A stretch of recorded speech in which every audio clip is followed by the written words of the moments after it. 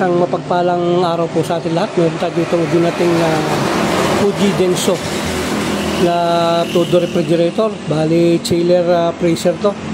Bali ang refrigerator pong ito ay nabili ko sa mga magkakaibigan nating magbubuti. Yan, hindi ko lang po ipinakita sa inyo kung gaano karumi ito. At matapos ko nga pong malinisan, ayan, gumanda siya. Bali, ang problema po nito ay butas po yung kanyang evaporator. Kaya ang sabi ng ating mga kaibigang magbubuti ay itinambak lang daw ito doon sa likod ng bahay ng may-ari at nabili nga nila at nakuha naman natin. So, ang gagawin natin dyan, i-recoil natin yan. Yan. So, yan, sisimulan natin. So, ito yan. Ang ginagawa natin, tinatabas lang natin. Ganyan.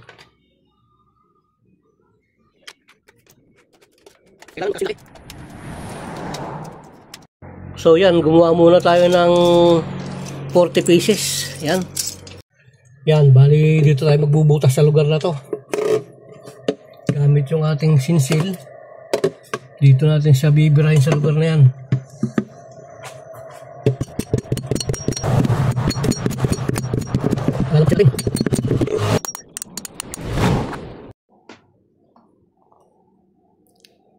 So yan, nakapag-bend na tayo. Dito natin ginawa sa labas. Bali kinuha lang natin yung pattern sa loob. Ayan.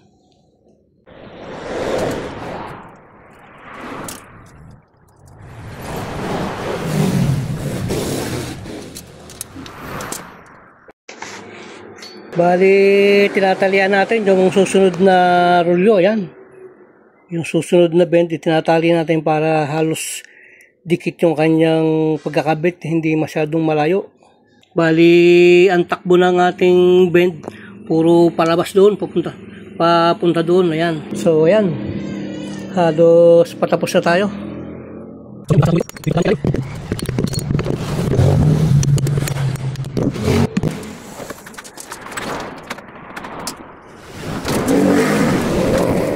So, ayun, oh.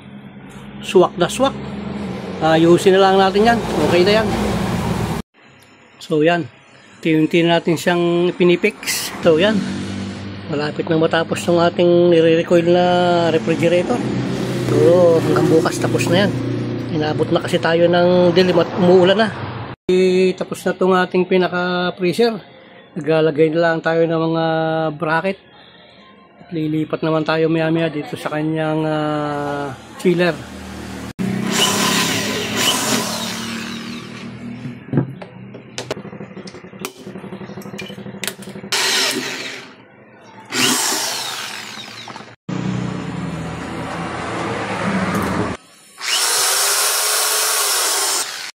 So bago tayo mag-recoil sa baba, mag-plasting muna tayo. So, gamit yung ating 141B, ilagay natin sa bote. Para siguradong malinis yung ating trabaho.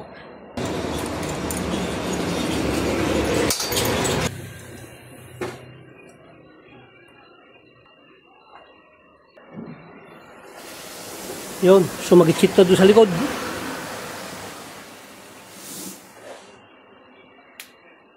So okay na yan. Kalasin na natin to. Malinis na yan sigurado. Ito yung gagamitin natin sa ilalim.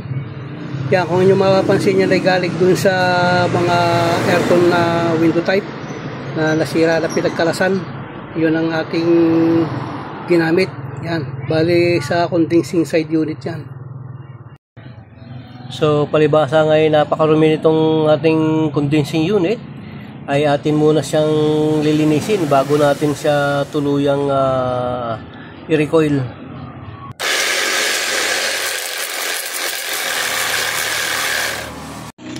So ayan ay yung kanyang ni-recoil natin. Yan. Ito naman yung ilalim.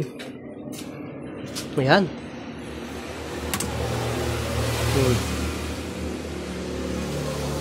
Ilinisin lang natin yung kanyang condenser bago natin siya uli ituloy.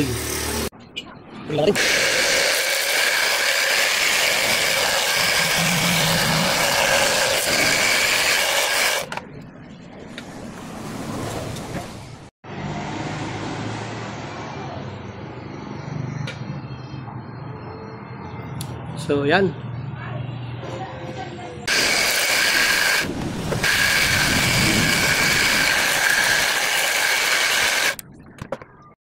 Palibasa nga po yung naulan at makulimlim, kaya ginamitan natin ng flashlight para maliwanag yung ating pagtatrabaho. O yan, malinis na. Patutuyuin lang natin yan, at habang ating pinatutuyuan, tutuloy natin yung ating ginagawang pagre-recoil. Na yan ay matuyo, pwede na.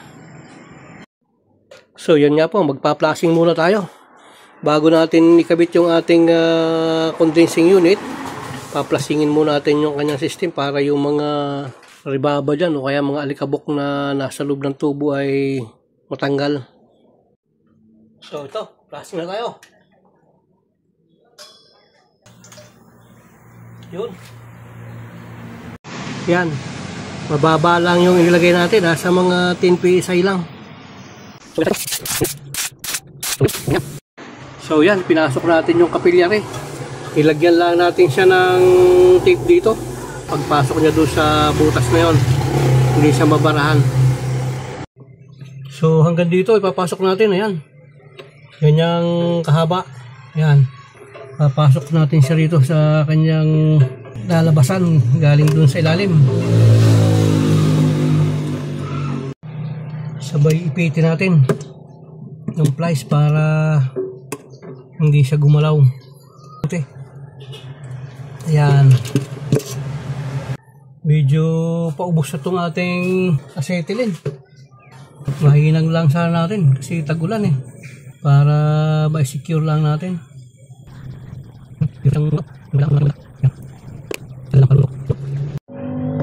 Yan. So gamit ito natin sa salamin. Tingnan natin. Ayun, ganda naman So ayos. Ibablay natin tong capillary. Bababaran muna natin, magliligtas tayo. So yan, ilagyan lang natin siya ng 130 PSI. Ayan. Titingnan natin kung hindi siya magbabago hanggang mamaya. So dito rin ang ating hininang nadugtungan. So okay yan. Ito rin sa ating hininang kanina. Natin kung okay. Ayan. Wala siyang leak dyan. Dito rin sa lugar na to. So yan, okay. So yan, palibasa hindi naman nagbago. Ay re-release na natin yung kanyang pressure. Yan. At inabot na tayo ng ulan. Lakas yung ulan, mapasok na dito sa aking shop.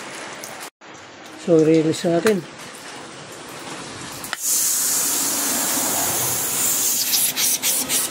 Okay na. Paplasingin natin tong condensing unit gamit itong ating 141B na isinalin dito sa ating 4 kantos. Yan. Isang buga lang yan dahil malinis naman yan. Sa high side ng gauge. Sabay takpan natin dito. Tandahan lang. Yun.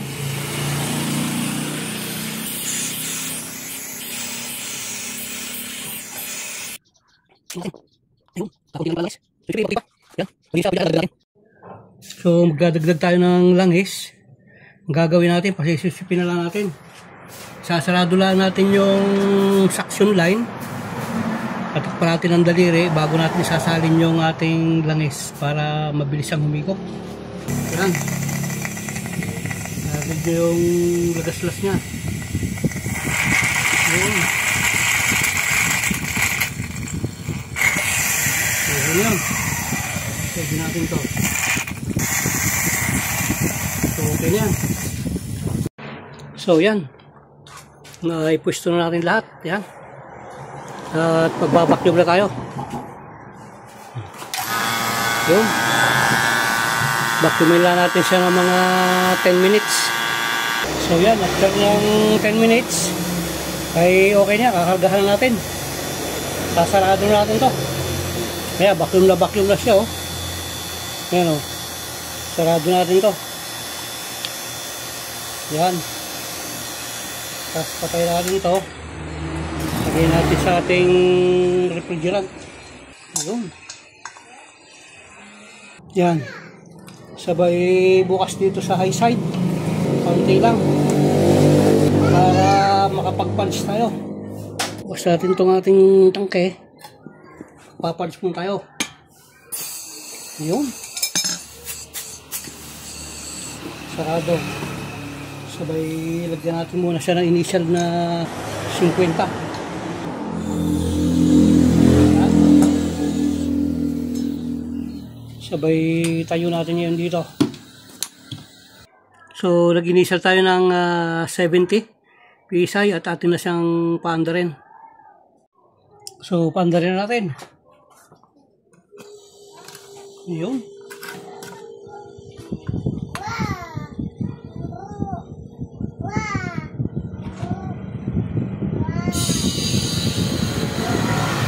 Yan.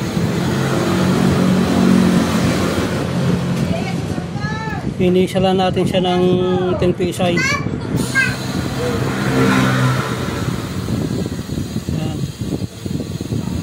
Nakatayo yung ating tangke sa likod.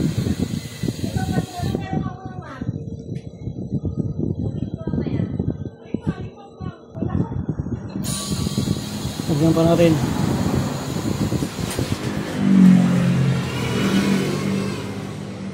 Hinti-hinti lang hanggang sa makuha natin yung 10 PSI.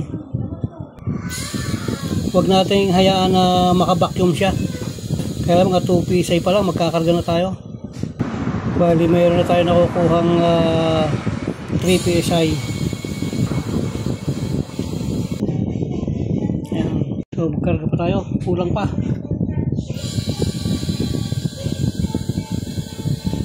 Huwag tayong magkakarga ng nakahiga kung maaari. Kailangan gas yung ating pinapasok sa saksyon. Yan. So may nakukuha na tayong 8 PSI. So yan, nakakakuha tayo ng, naglalaro siya ng 7. Yan. 7 amperes. So titingnan natin. Yan. Palibasay dito pumasok yung ating capillary. Ang unang magyayelo dyan, yung nasa ba. Pero ngayon dito malamig na yan. Yung baba na yun yung unang magyayelo. So ayan. Puno na siya. Ayan oh. Ang ganda ng yelo niya. Ayan oh. Kumakapit yung yelo niya. Oh. Kumakapit sa... Ayan oh. So obserbahan na natin yan. Hanggang mamaya. So yan, tinanggal na natin. Nagkatalo tayo sa positive 7 PSI ang naging total na karga niya at okay na. Ayan. Magandang init ng kanyang filter dryer. Ayan. Maganda yung ibinabatong hangin ng kanyang condensing unit. Ayan o. Napipil natin dito. So yan. Titingnan natin kung mapapatigas niya yan. Hanggang bukas na siguro. So yan nga po, maaga tayong gumising at tiningnan natin yung ating ni-recoil na refrigerator. Ayan oh. Ang galing oh, nag-moisture siya rito. Ayan. Tingnan muna natin itong ilalim. So ayun. Ang ganda ng ilalim niya. Ayan oh. Oh, kapal na yelo. Ayan oh. Ayan. O ayan. Tingnan naman natin itong nasa ibabaw. Ayun no. Ang galing. Ayan. Tigas ng yelo niya. Clear na clear. Ayan. Lahat. Kumapit pa itong isang to. Ayun. Oh. Lahat eh oh. Ang ganda ng pagkakayelo niya. Ayan. Ibig sabihin ng mga tulo na yan. Nag-automatic yan. Ayan oh. Nag-automatic siya. Ayan oh. Tigas, yelo. So, okay na. Ayun. Negative 10 tayo. Nag-automatic yan. Ka-automatic lang yan. So, marami pong salamat at sa mapagpalang araw po sa ating lahat. Marami pong salamat sa inyong pag-like at sa inyong pag-subscribe. Nawa po ang biyaya at pagpala ng ating Panginoon ay sumating lahat. Marami pong salamat. God bless po.